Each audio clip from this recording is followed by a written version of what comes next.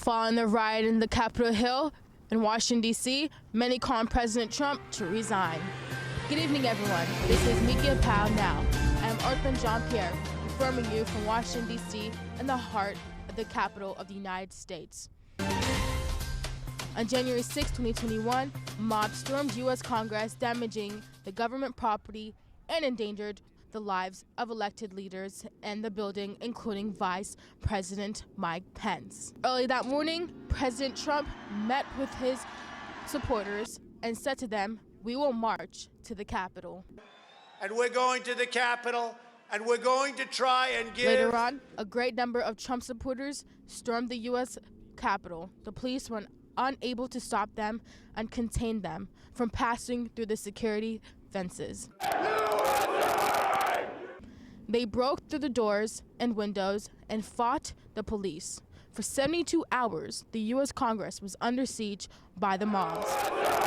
It was a complex and chaotic situation the world has ever seen happen to the heart of the American symbol of democracy. While this unfortunate event was unfolding, President-elect Joe Biden called on President Trump to ask his supporters to leave the Capitol and go home.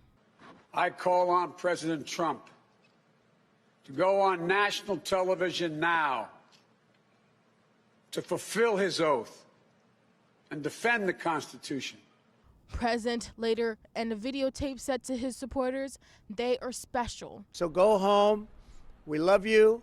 You're very special." He continued on to say the election was stolen from him again. We had an election that was stolen from us. National Guard and the police regained control of the U.S. Congress later the same day.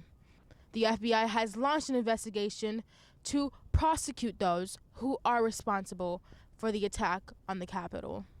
Speaker of the House Nancy Pelosi called on Mike Pence to remove President Trump from office. I join the Senate Democratic leader in calling on the Vice President to remove this president by immediately invoking the 25th Amendment.